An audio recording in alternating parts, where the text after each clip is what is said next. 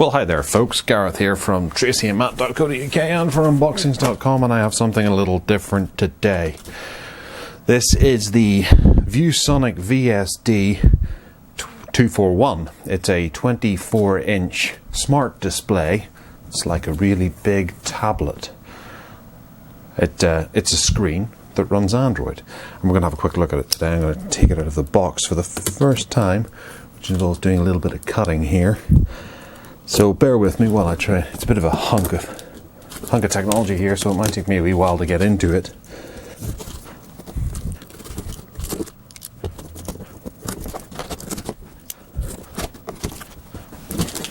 Okay, so the box shows down here that it's got Android technology, NVIDIA Tegra, 1080p Full HD, multi-touch screen, and 2 USB ports. I don't think it comes with any little birds. Okay, so inside we have a power adapter with a connector, takes a 3-pin port. What else do we have? We have a cable that is USB to micro USB. We also have a European plug, UK plug, just to make this even more portable. You can take it with you on your business trips. We have a USB to mini USB.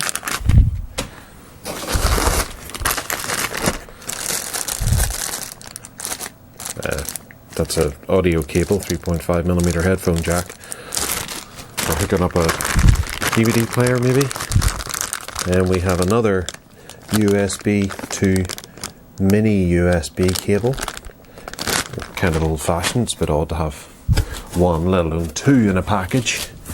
And we're going to have a go at taking this out. There we go. Bit of packing there.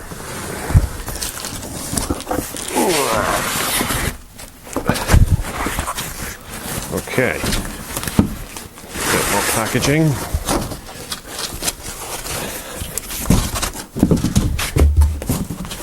Try not to destroy things completely. There's a manual that comes with it, and that's the box empty.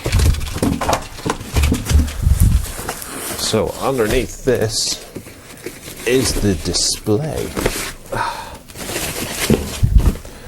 and that's it. In a rather, let's make sure that we've got this framed okay so you can actually see it. Rather tasty white display. On the back here, there's a stand that pops out, pushes back in. Seems to have one position, and that's about it. Just the one position. Ethernet cable here, HDMI cable, power socket. Nothing else.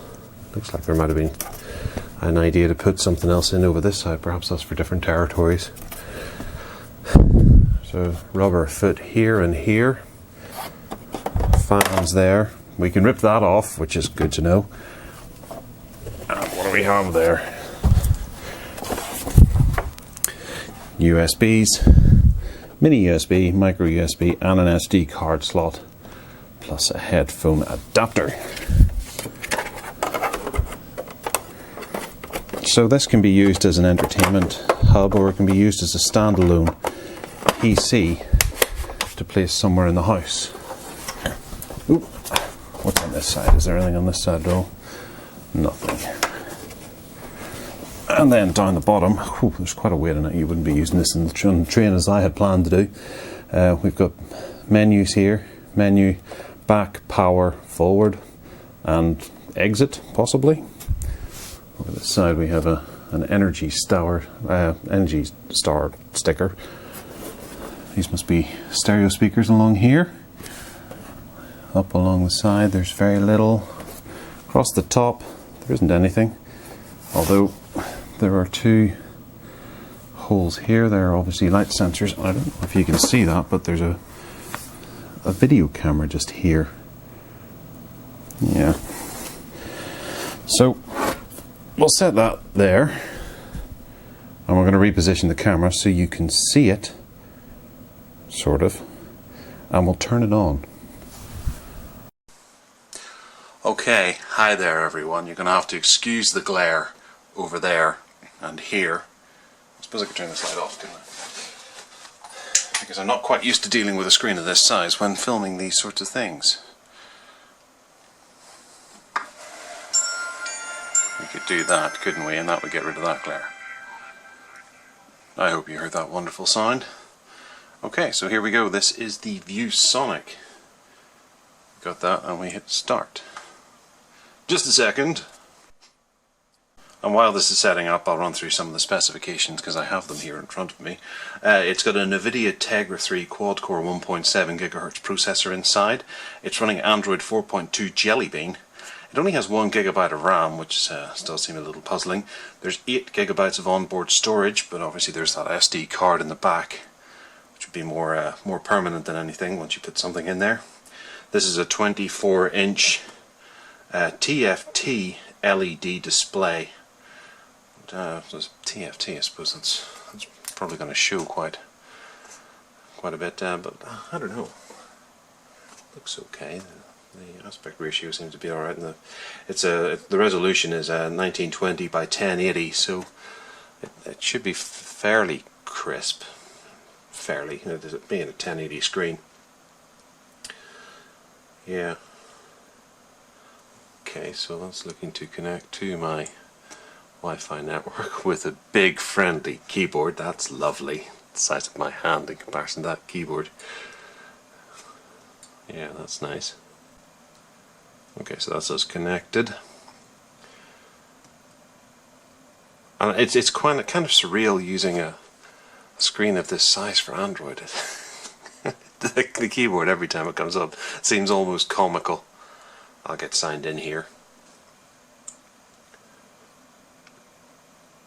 And the one thing I'll really give it is whenever you're typing, because it's so heavy, it feels solid when you're hitting the screen.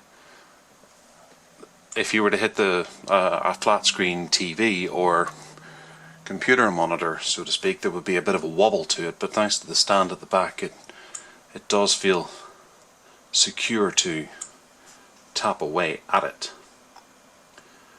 Okay, so let's have a look and see what we have on here. Let's move this out so I can check everything's still in frame. Okay, so that's the drawer to open the drawer. We have Google Maps, Gmail, Play Store, Chrome, YouTube, a user guide, and McAfee Security Suite. There's a calendar up here, and we have our notifications. System update. Message from my brother whose birthday is today. Happy birthday to old Scott.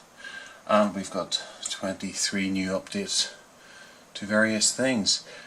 The notification bar is very small. It's downloading a bunch of things. All the things that I have installed currently on an Arcos tablet. Should be interesting to see how Dead Trigger 2 works on this. I suppose via Bluetooth or USB you could hook up a PlayStation controller and have a pretty awesome gaming experience with a Mega Drive emulator. Oh, I'm liking that idea.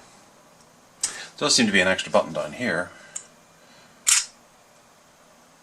which takes a screenshot. Okay, that's fair enough. And we'll reach over to that side of the screen and go to the settings menu. So we'll hit about, and we're on Android 4.2.1. I hope you can all make that out okay. Do I need to zoom in just a little to pick up the fine detail? I'm sure you are too enthralled looking at my carpet and walls. Is that a little better? We got kernel here, scaler, builder, system updates. So install, oh, unable to do that.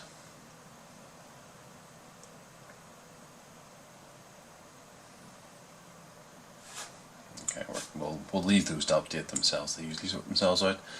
So what else do we have in here? Okay, choose some apps and throw them to the desktop. Adobe Reader, Blogger, really?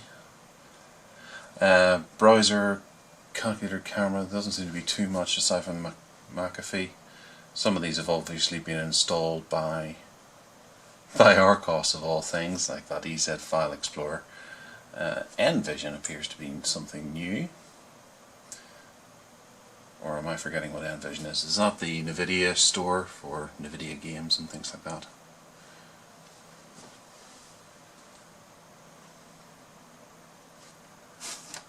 We can find out what some of these buttons do as well. Oh, maybe this button here, it could, after I resize it. Okay, we'll have a play with the screen first. Okay, so these are NVIDIA applications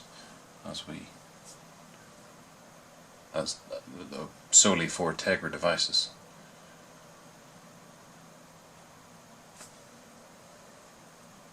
That looks kind of interesting.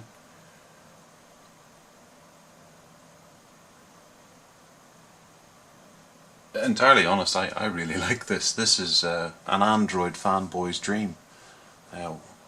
One day I'm hoping that this will be updated to KitKat. In fact, that system update here, does it say what it's for? We'll start and see what happens. Okay, so here we are back again. We've done an update and we now have the lock screen, which looks fairly standard, typical of Android. We'll have a look and see what the update actually did.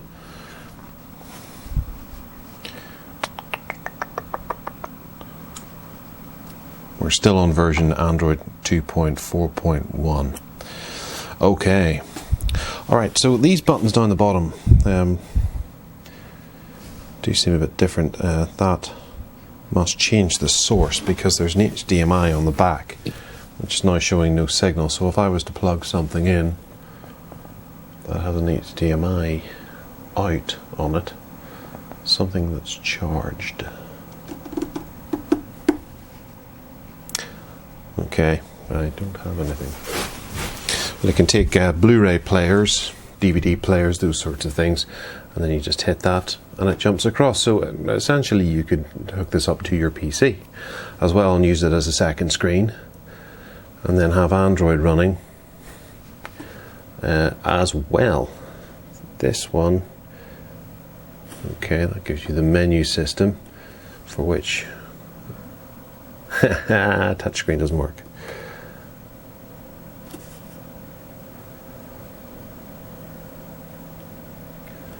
Okay. There's two different, oh well, I suppose there's inner menus and outer menus. Contrast, input, select, audio, color adjust, information. Information, have a little goosey to see what it says there. We've got 1080p, horizontal frequency is 67.5 kilohertz, and the vertical frequency is 60.1 hertz. Pixel clock is 148.5 megahertz. There's a model number and serial number there.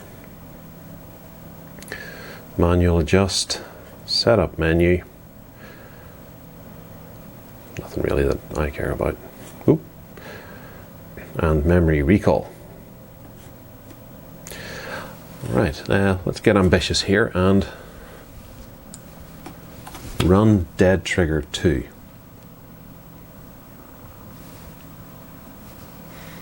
Now this only has 1 gigabyte of memory in it, so it might not run to the best of its ability, but it's got...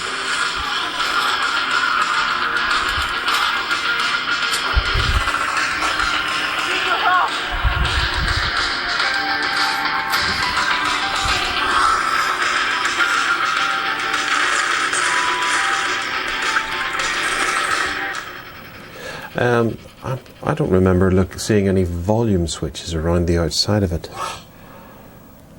And there wasn't one in the menu there. Oops.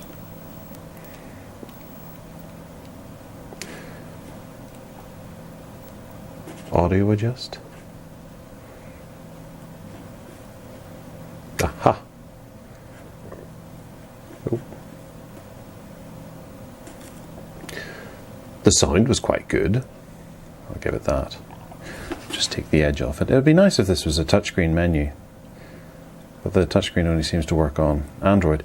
I will, however, hook it up to the PC and see if the touchscreen works on Windows 8 whenever for the HDMI. Probably not, but it's worth trying.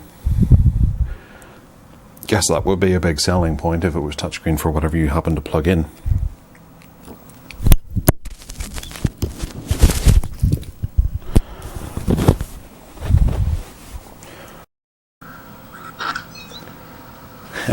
This is going to be complicated. Okay, so we can do this. Woohoo!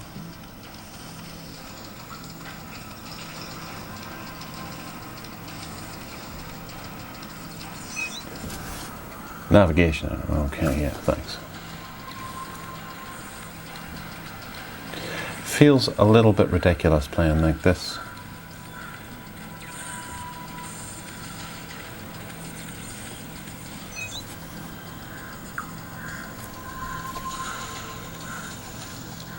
I didn't actually read that. What do I do?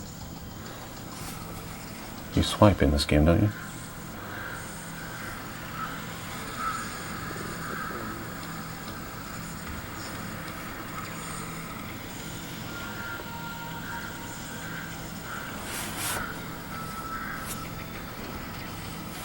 I can't remember how to attack. I don't know what just happened there.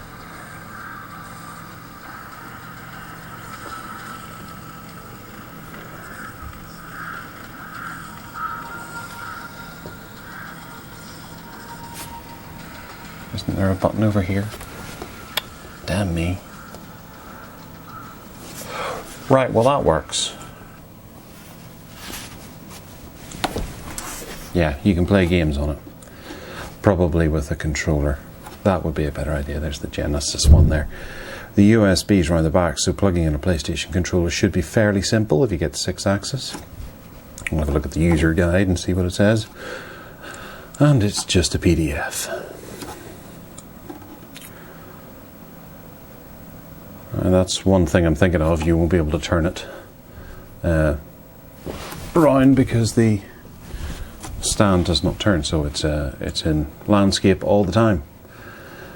Also, it only comes in white, which is a bit of a bit annoying. I probably actually might have picked one up if it was black. Let's have a look at the camera and see what we can see. Hi.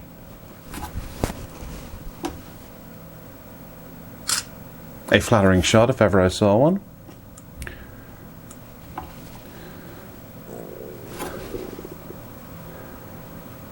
And it seems to be very nicely stock Android for you to do with as you please. Print hand, what's that? Wireless printing.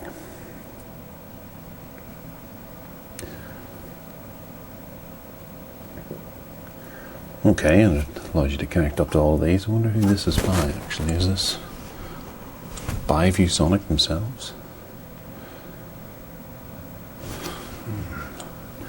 Who knows? It's still updating here, which is interesting. It's downloading additional files for Dead Trigger 2. So we'll get this all updated and we'll get at least a video review done in the next couple of weeks. I'm going to use this, plug it into my computer and use it as a second screen and flip between Android and Windows on it just to see how it goes. But that's been the Viewsonic VSD241. I guess actually telling you the price of it would probably be a good idea as well.